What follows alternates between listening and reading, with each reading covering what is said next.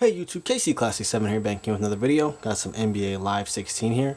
I wanted to do a response video to the last video that Prime put up a couple days ago now. It was talking about the sliders and some of the skills that have been removed since NBA Live 06. That was the title that he used for the Xbox 360. So I want to show you guys how it is implemented now and why it is so pivotal that they re-implement some of these things that were previously in the game in titles back, but have been removed since NBA Live has came onto the PS4. So we're gonna jump right into these sliders because that's the first thing that he did discuss in this video. You can find sliders in settings, game settings. And let's see if I can focus this back. There it is. So some of the sliders that we have in this game, of course, are shooting sliders. Post moves, how effective you are in the post. You have your dunk frequency sliders. You have all your foul call sliders. I will add that the foul calls used to be in its own separate section. Like they were called global, like your global sliders. I'm not sure why they removed the global slider section and why they have it in the user sliders, but this wasn't in user sliders in previous versions of the game, Live 06 included. You have all your collision, both offense and defense, both on the ground and in the air, steal success, alley-oops, your shooting off the dribble and contest sliders, your shot blocking sliders, offensive rebounding. Not sure why defense rebound doesn't have a slider. If anyone knows, please let me know in the comment section. And your off-ball stuff, so your jostling, push-off, success, and frequency. Jostling success and jostle versus blow by. Pretty much what the jostle versus blow by is, for those who don't know, is how often your offensive player is going to either get off of the defender by pushing off and pushing off and pushing out like toward the 3-point line, like to get himself open, or he's going to break free and cut to the basket. And that is how often that happens with that slider. As well as dribble move reaction frequency. I didn't really want to go too much into detail, like reading everything off, because obviously you guys who have the game can just go into the sliders yourselves. And as you can see, there really aren't that many sliders that are specific. So this isn't really anything that we haven't seen from any other NBA Live or any other basketball game. But some of the sliders that have been removed since NBA Live 06. It's a total of 16 missing sliders. Just from what he discussed in his video. So some of the things that have been removed, user, and I just looked at the user stuff. I didn't really go into the computer stuff. And I should say this before I get into this. The user and computer sliders are exactly the same. There isn't anything that is specifically in user sliders that's not in computer sliders, and vice versa. So like I said, I just went through the user sliders in NBA Live 06 in his video, and the things that we are missing: user interceptions, block specifics. So instead of just having the shot blocking slider like we have now, there was a slider specific for jump shot blocking, layup blocking, dunk blocking, all that stuff. We are missing dribble move effectiveness, defensive assist, defensive rebounding, like I've already said before, fake out discipline. Pretty much that is how often the defender is going to react to jab steps, pump fakes, all that kind of stuff. The moves in the triple threat, defensive or double team effectiveness, shot adjust percentage, so how often those contested shots are going to go in, sink or swim / drop step. Those are your post move sliders. Sink or swim is how well or how your rebounder is going to position himself. Sink or swim was a slider kind of thing. That was what they or that was the term they used when positioning yourself for a rebound, whether you're going to swim, move, or sink. Playing the passing lanes, and that does differ from offensive or user interceptions. Interceptions is how well your player is going to actually grab that pass when he's in the passing lanes. Passing lanes is just how well he can jump into the passing lanes and tip the ball away, at least. Defensive post strength, shot alter ability. So how well the defense is going to alter the shot versus shot percentage, the adjusted shot percentage. That is how often the shot is actually going to go in with the altered shot. Fight screen ability, pass accuracy, hands in post and on the perimeter. Those were their own separate sliders. Hands in post versus hands on the perimeter. How active the hands are going to be in the post or in the perimeter. So as you see, that's a total of 16 missing sliders that definitely can enhance this gameplay.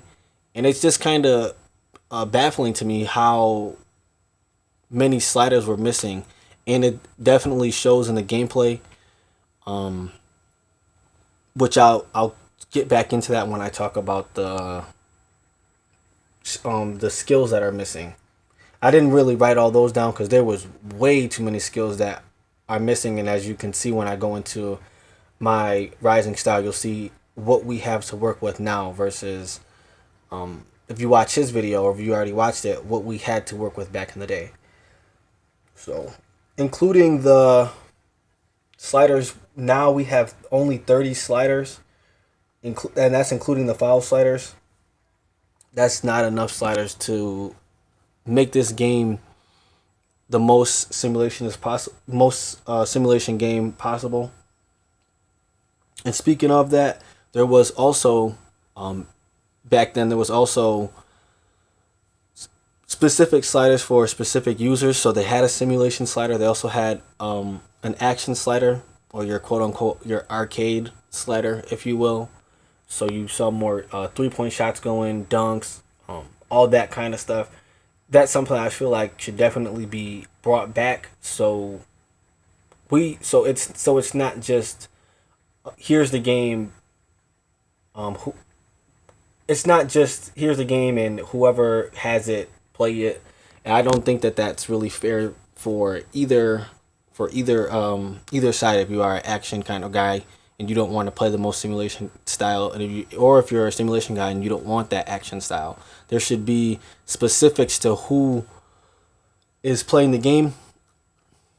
That's just my opinion on that, and it's just crazy. I was playing Live 05 just today, and just to see how much the game expanded from PS2 to PS3, what sliders were added in, like the sliders now look more how they looked on NBA Live 05 and even probably before then, because NBA Live 05 for its time had a deep amount of sliders as well. So, and I just think overall the game reacted better back then as well.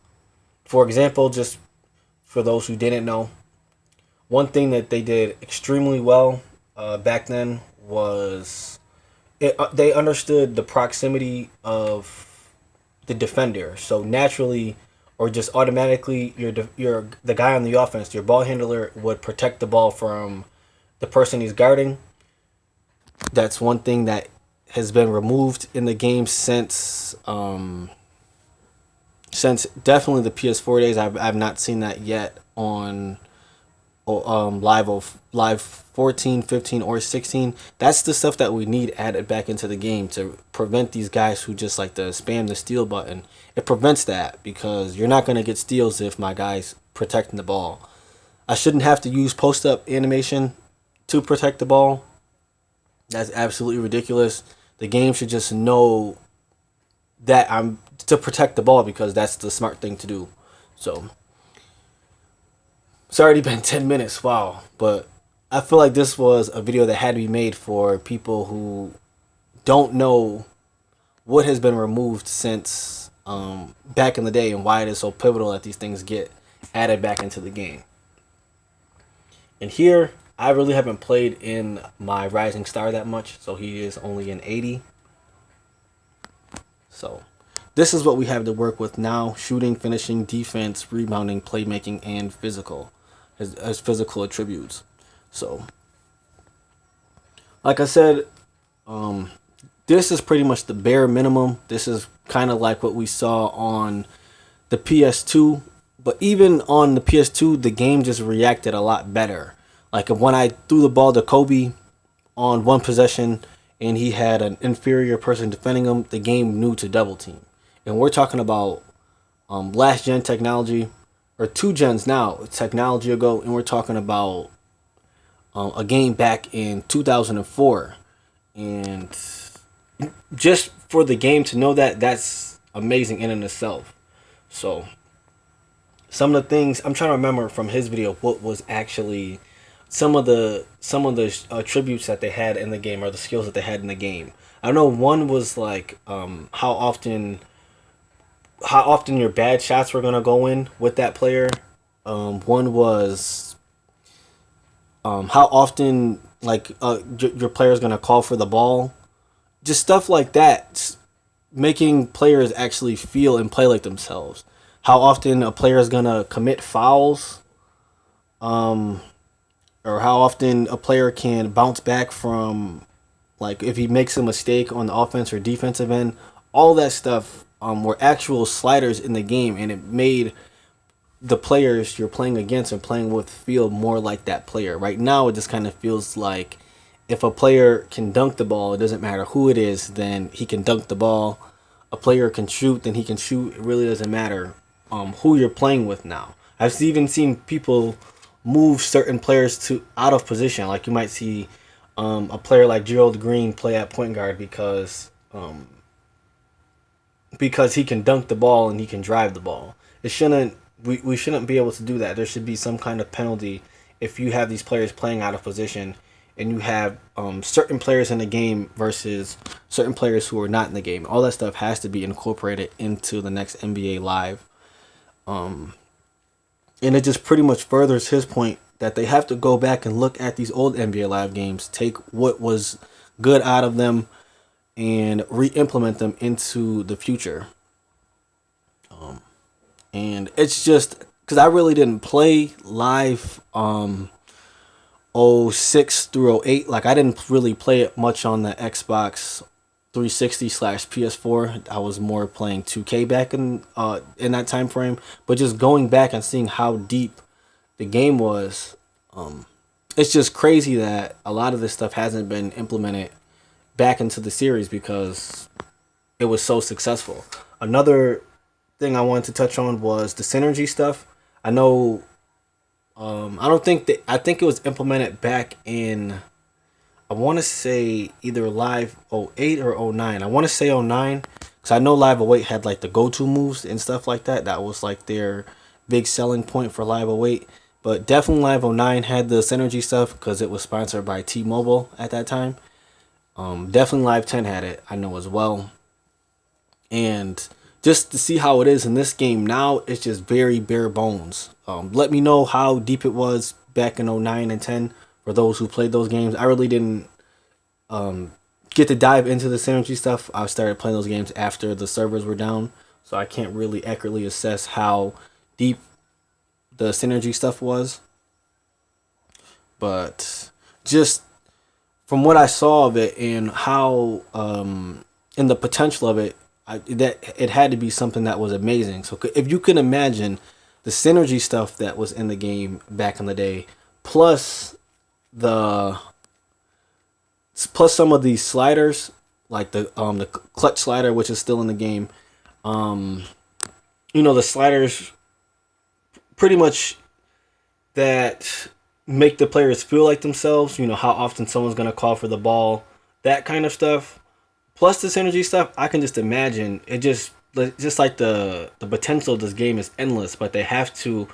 EA Sports has to invest in this game. They have to actually give this game and the and the developers some time to make this game. Like, I know they're gonna definitely make 17 and 18. I thought, I heard in one of the vet committee's videos, but they have to actually, like I said, they have to invest in this game. Give us some reason to come back to this game, because a lot of people just without even playing this game, they just trash the game, which I understand it's fair to an extent, but at the same time, for those who've played this game, you can see the potential in this game, and you can see if this game can get their act together, and the EA Sports franchise can give this game some love, you definitely will get a very, very good product, just from the potential that I've seen the past 3 years. Just from 14 to 16, how much the game has grown. I mean, it has fell back in some areas, but overall as a product, you've seen how much this title has grown. You definitely are excited for the future. So this video did run pretty long, but I definitely wanted to put out this video telling you guys and showing you guys why it is so important to add some of these things that were previously in the game back into the game. So this is part one. I'm going to make a video for each one that he makes, so you guys can see the comparison between whatever title he uses and Live 16, and why it is important that we need to get these titles, or get these things that were previously in the game back into the game, just to make the gaming experience that much better. KC Classic 7, signing out.